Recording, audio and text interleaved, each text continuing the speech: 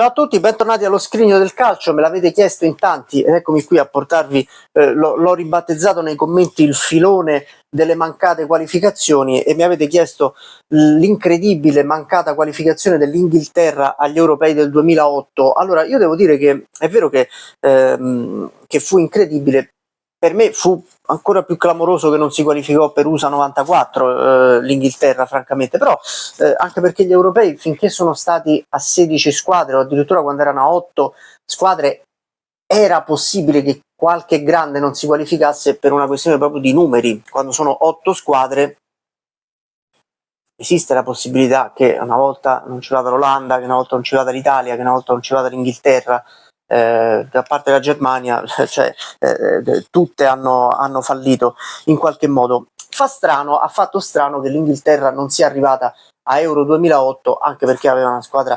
veramente tanto importante, quella generazione dei Lampard, dei Gerrard, dello stesso Peter Crouch, che poi fu il capocannoniere della squadra in quelle qualificazioni.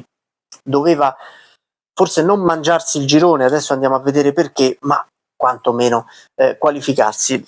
L'Inghilterra è stata affidata a Steve McLaren, che aveva preso il posto di Sven-Goran Eriksson, che tra l'altro era stato molto criticato in Inghilterra, secondo me lì sempre per questioni più di gossip che di quello che aveva fatto poi in campo, perché l'Inghilterra, io vi ricordo sempre che non vince niente dal 1966, per cui non è che qualcuno ha fatto peggio di altri, però non è che Eriksson fosse proprio sul fondo del calderone. Aveva fatto discretamente, secondo me, ai mondiali del 2002, ai mondiali del 2004 era uscito poi agli europei, scusate, del 2004 era uscito comunque ai calci di rigore, e la stessa cosa nel 2006. Non mi sembra questo disastro di Eriksson. Arriva McLaren, l'Inghilterra è inserita nel gruppo E assieme a Croazia, Russia, Israele, Macedonia, Estonia ed Andorra, in poche parole, che significa che tra Inghilterra, Croazia e Russia una rimane fuori. L'Inghilterra sembra la favorita assieme alla Croazia. Forse nessuno si aspetta che la Russia sia una nazionale molto talentuosa e in grado di ottenere ottimi risultati, perché poi sarà la grande rivelazione degli europei del 2008. Ancora non ho capito come ha fatto a non arrivare in finale, giocando una pessima semifinale contro la Spagna. Tra l'altro iniziano pure bene le qualificazioni, perché il 2 settembre del 2006 l'Inghilterra batte a batte a Old Trafford 5-0 Andorra, e si ripete vincendo 1-0 in Macedonia il 6 settembre, quindi manca ancora tanto, ma la sensazione è che comunque gli inglesi possano giocarsi il primo e il secondo posto. Il primo stop arriva un mese dopo, 0-0 con la Macedonia, e iniziano a essere questi un po' i tasselli che poi mancheranno per la qualificazione. Perde 2-0 in Croazia, fa 0-0 con Israele, inizia a lasciare qualche punticino qua e là, anche se l'anno successivo, a settembre del 2007, batte 3-0 la Russia e sembra rimettersi in carreggiata, sembra rimettersi sul binario giusto, se non che poi come facciano i calendari pure un po' strani, perché si ritrova subito a giocare con la Russia e perde 2-1 a Mosca, e questo rimette tutto un po' in discussione. Però alla vigilia dell'ultima giornata l'Inghilterra è in vantaggio rispetto alla Russia, perché l'Inghilterra ha 23 punti e la Russia ne ha 21. Quindi vuol dire che l'Inghilterra, anche pareggiando contro la Croazia all'ultima giornata, la Croazia ha 29 punti, per cui ha 26 punti, per cui è praticamente qualificata.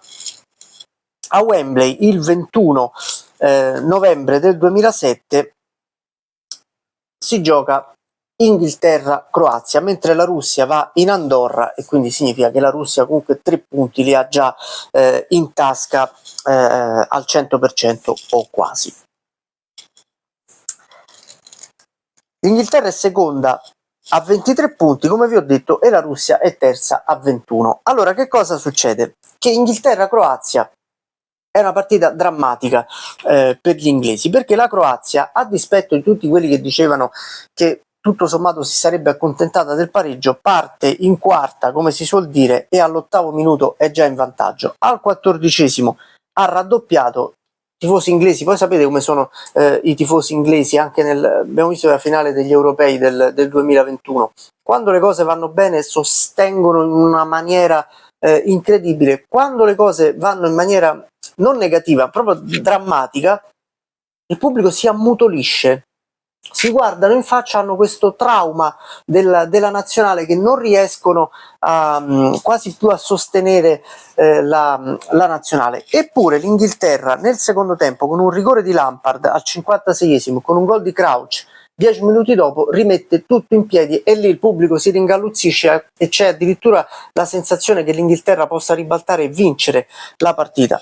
Al 77esimo Petric per la Croazia, un po' di complicità anche del portiere, solito problema dei portieri della nazionale inglese, finisce 3-2 per la Croazia. La Russia vince quasi a prendere un po' in giro tutti, solo 1-0 in Andorra, e l'Inghilterra si ritrova terza in classifica. La classifica finale recita Croazia 29, Russia 24, Inghilterra 23, assieme a Israele che però era già fuori dai giochi, e insomma l'Inghilterra si ritrova fuori da Euro 2008, un'eliminazione effettivamente incredibile.